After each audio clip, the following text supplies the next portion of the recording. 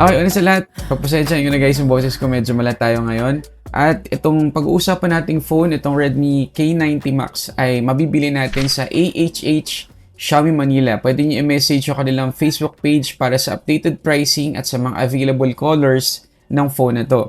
At sila din yung nagpahiram ng unit na gagamitin natin sa review na to. At mabibili natin to sa dalawang configuration. Ang una ay yung 12 to 56, 27,000 pesos. Yung 12 GB ay 32,000 pesos. As of making this video yan guys. Pero again, pwede i-message sa Facebook page ang AHH Xiaomi Manila para sa updated pricing. At munting paalala lang na itong Redmi K90 Max ay hindi po global version. China exclusive po itong phone na to. So asahan ninyo na kapag na-setup nyo na, wala pong Google Play Store by default. Pero napakadali lang pong i-install niyan. Open nyo lang yung App Store ng Xiaomi o ng HyperOS, tapos search nyo lang Google Play Store. Tapos install nyo lang. Ganun lang kasimple. Okay, so unbox natin. Okay, wala namang masyado special dito sa box ng K90 Max, maliban na lang dito sa Sound by Bose, kasi napakaganda po ng speakers ng phone na to. Mamaya pag-usapan pa natin yan. Ngayon, pag open natin ng box, ang makikita natin ay document sleeve na may Redmi branding. Tapos, meron tayo ditong SIM ejector pin. Meron din tayong case. Dito jelly case. Hard case siya guys. Yan. Tapos, meron tayong manual.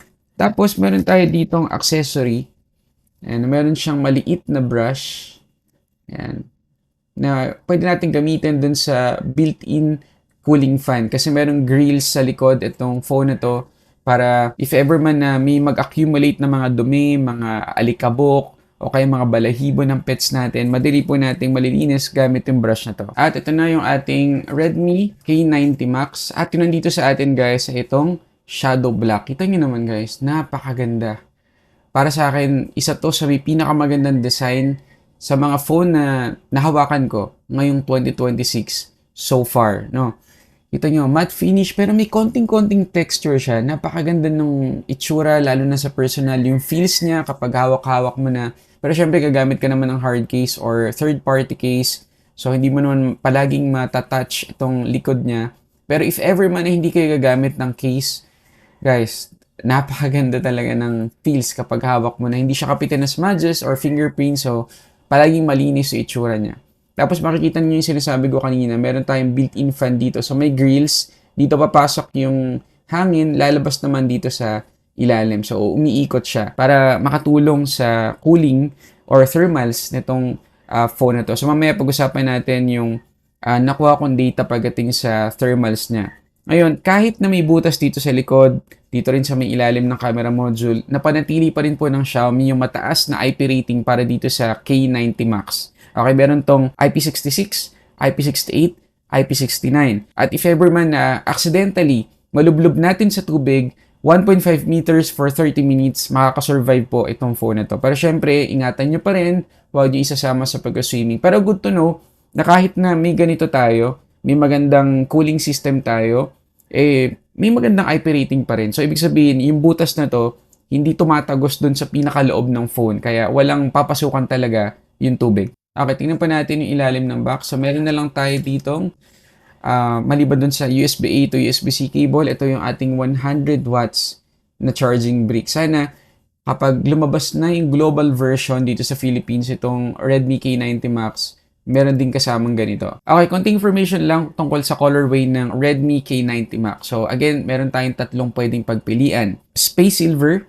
Shadow Black, itong unit na nandito sa atin ngayon, at Sky Blue. Ngayon, itong Shadow Black at Space Silver, ang ginamit na material sa kanilang likod ay tinatawag na GFRP or Glass Fiber Reinforced Plastic. Samantalang yung Sky Blue naman ay Silicone Polymer. Anong difference ng dalawa? Yung silicone polymer na ginamit dun sa Sky Blue ay hindi ganun kabilis lumamig kung sakali man na ginamit natin ng K90 Max sa mabigat na application tapos talagang nag-accumulate siya ng mainit or mataas na temperature. Again, kung Sky Blue, yung pipiliin nating colorway, hindi agad-agad lalamig yung phone. Samantalang yung Space Silver at Shadow Black na naka-GFRP material sa likod, mas madali pong lumamig. Lagi siyang malamig sa touch natin or sa feels. by default. So, kung sakali man na gumamit tayo ng mabigat na application or na games tayo, mabilis din siyang lalamig. So, I highly recommend kung bibili man kayo ng K90 Max, go for silver or black. Okay, tingnan natin yung speaker niya. So, makikita niyo yung branding dito ng Bose, ayun, Sound by Bose. Tapos, ito yung ating secondary speaker, pati na rin yung IR blaster natin. Tapos, yung main speaker natin, nandito naman sa ilalim. USB-C port, main microphone, tsaka yung ating SIM tray na dual nano SIM lang yung pwedeng hawakan. Mamaya, babalikan natin yan. Tapos, yung ating volume up and down buttons, power lock button, tapos meron tayo ditong ultrasonic fingerprint scanner, kaya mabilis at reliable. Ngayon, yung tuned by Bose na speaker nitong K90 Max ay 2.1. Ibig sabihin, merong maliit na woofer sa loob para mas maging maganda yung tunog, lalo na ng bass. At sa experience ko, isa to sa may pinakamalakas at pinaka-crispy na tunog ng speaker sa isang phone. Mas nagandahan pa ako sa speaker nito compared sa speaker ng iPhone 17 Pro Max na ginagamit ko. Okay, so balikan natin yung kanyang SIM. So, kagaya sa sabi ko kanina, dual nano SIM lang po yung pwedeng hawakan ng phone na to. Plus, wala po itong support sa eSIM. At dito sa Philippines, medyo piling-pili yung mga network provider na makakasagap ng 5G connection dito sa phone na to. To be specific, dito SIM lang, according to AHH Xiaomi Manila. At sa experience ko, sinaksak ko ulit yung aking GOMO SIM dito at umabot lang ako ng 4G+.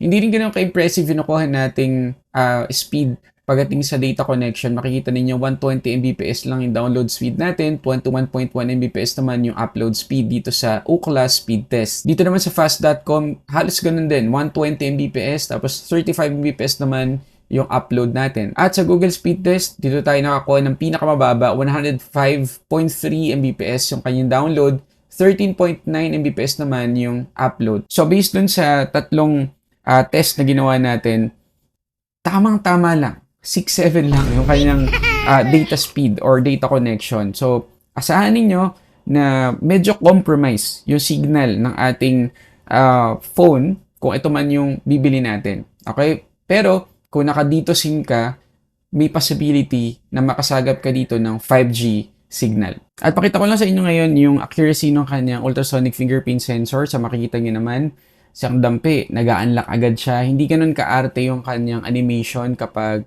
na-unlock natin yung phone. So, ang feeling ay napakabilis talaga. So, reliable at mabilis yung kanyang fingerprint scanner. Ngayon, pagdating naman dito sa display, meron tayong 6.83-inch AMOLED 1.5K resolution, 1280 by 2772 yung kanyang resolution to be exact, up to 165Hz yung kanyang screen refresh rate, at meron tayong Dragon Crystal Glass protection. Okay, so baka sabihin niyo, ba't ganun? Parang compromise sa ata yung protection na inilagay dito ng Xiaomi. Kasi dapat sa ganitong caliber, naka Corning Gorilla Glass Victus 2 na tayo na protection.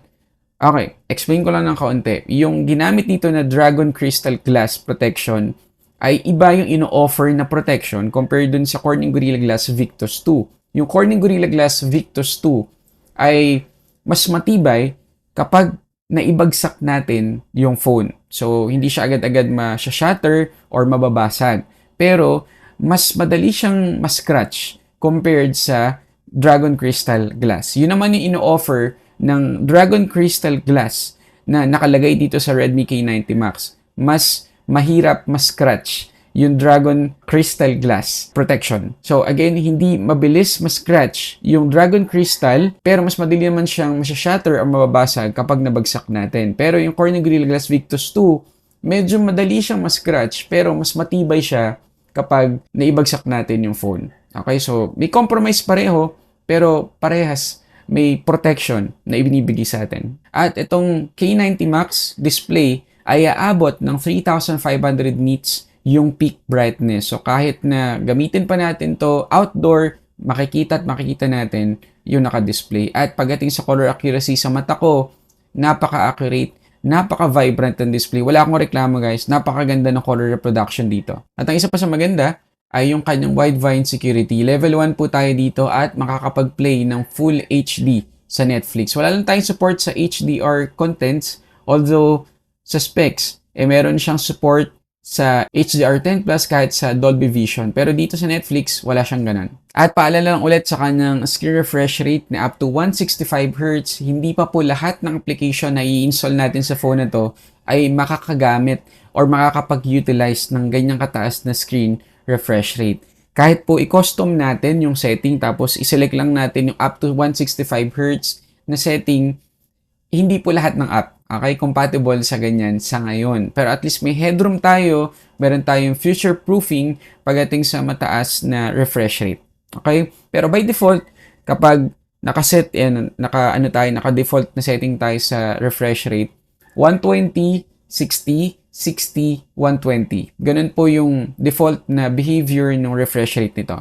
Dito naman tayo sa performance. Out of the box, naka HyperOS 3.0 na tayo dito on top of Android 16. MediaTek Dimensity 9500 yung ating chipset. LPDDR5X yung ating RAM at UFS 4.1 yung ating storage type. So, mabilis po talaga. At yan yung focus talaga nitong Redmi K90 Max, yung performance. Kaya flagship killer siya. Kasi talagang pang flagship na yung performance na maibibigay sa atin ito. Meron pa tayong tinatawag dito na Xiaomi D2 Discrete Graphics Chip. So, ang may tutulong naman nito sa performance ay siya na yung bahala humandle ng frame generation. So, yung mga application or games na merong support sa high refresh rate, yun na yung mag-handle. Hindi na yung chipset. Hindi na yung Dimensity 9500. So, mas magiging magaan po yung load niya. Kaya, mas magiging maganda rin yung performance overall. At pinapromise din ng Xiaomi na itong K90 Max ay makakatanggap ng up to 4 major Android upgrade. So, aabot siya ng Android 20 at makakatanggap to ng 6 na taon na security patches. Good deal. At meron din tayo dito memory extension para sa mga curious. Pwede siya magbigay sa atin ng double ng kanyang physical RAM. Pero sa test ko, imbes na makatulong yung kanyang memory extension sa performance, medyo nabawasan ng kaunti. Okay, ito yung score sa Antutu kapag hindi natin ginamit yung memory extension, 3,471,899. Pero kapag ginamit na natin, 3,423,830 na lang. So medyo nabawasan ng kaunti. At makikita ninyo na 36.1 yung ating starting temperature. Ganun din dito sa kapag naka-off, naka 36.8 naman tayo. Kaya masasabi natin na almost same yung temperature nung nag-start tayo na walang memory extension at merong memory extension. Ito naman yung data natin sa wildlife stress test. So after yung test, 3% lang yung nabawas sa kanyang battery, which is very good sa ganitong klase ng specs pagdating sa performance. Tapos 13 degrees lang guys, so nadagdag sa kanyang temperature. So ang laking tulong talaga ng kanyang built-in fan or cooling fan para ma-minimize yung alarming heat na pwede niyang ma-generate. Mataas pa rin yung 48 degrees na yan. Yes, napakainit pa rin po niyan.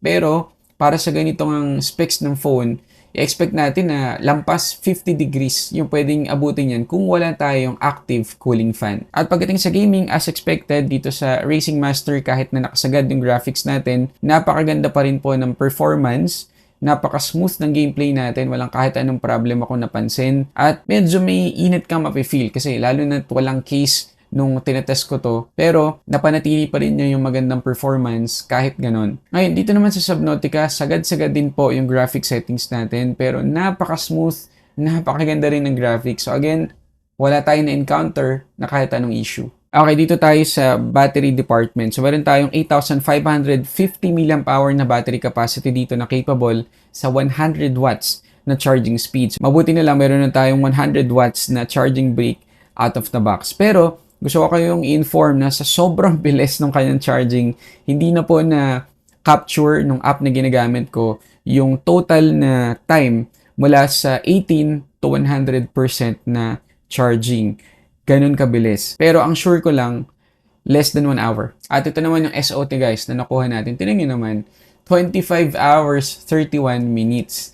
So para sa akin, if ever man na naka-Wi-Fi tayo the whole day, pwede itong umabot ng up to 3 days of usage kahit sa isang charge lang. Ganun siya katindi. Pero kung gagamit man tayo dito ng data the whole day, pwede siyang umabot ng 2 days. Ganun kaganda po yung battery performance ng phone na to. At ang setting natin dyan, ay naka-default yung ating screen refresh rate, 50% brightness, tapos yung kanyang cooling fan ay naka-smart mode. So, tumatakbo siya all the time dun sa test na ginagawa natin. Okay, dito tayo sa last ng kanyang camera. At dito talaga medyo may compromise yung ating K90 Max. Meron tayo ditong 50 megapixels f1.7 na main shooter na merong OIS. Tapos ultra-wide na 8 megapixels. Yung kanyang selfie camera, 20 megapixels. So kagaya na makikita ninyo, okay lang. Wala naman nakakawaw sa quality ng kanyang mga pictures. Minsan nga, nasosobrahan ako sa saturation. Hindi rin ganun kaganda yung exposure kung minsan,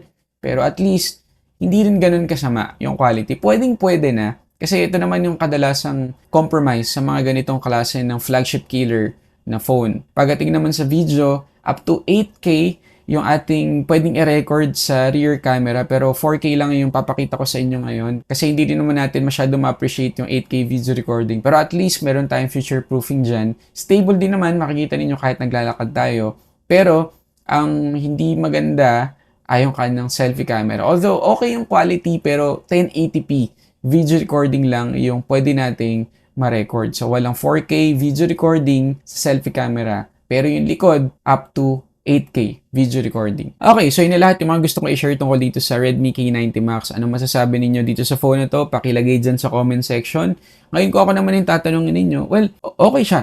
Kung para sa presyo, ulitin natin yung presyo para ma-recap natin. 27,000 para sa 256, tapos 32,000 naman para sa 512 GB. Again, para sa akin lang, opinion ko lang naman, go for 512 GB kasi ang tagal po ng software support na ibibigay dito ng Xiaomi.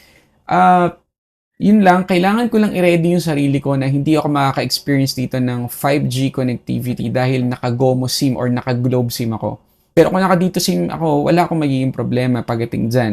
Pero other than that, okay na okay itong phone na to. Kung humahanap tayo ng phone na maganda sa performance, maganda yung display, napakaganda ng battery life, okay na okay po. Mare-recommend ko siya. Okay, pero again, magkakaiba tayo ng needs or preference pagdating sa phone. So, please, pakilagay yun sa comment section yung masasabi nyo dito sa Redmi K90 Max. At maraming salamat sa AHH Xiaomi Manila sa pagkapahiram ng unit na to. At pwede nyo i-message yung kanilang Facebook page kung magkano na sa kanila yung presyo na to.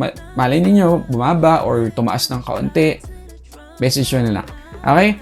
So maraming salamat sa panonood para sa samot-saring unboxing reviews. This is Sulit Tech Reviews.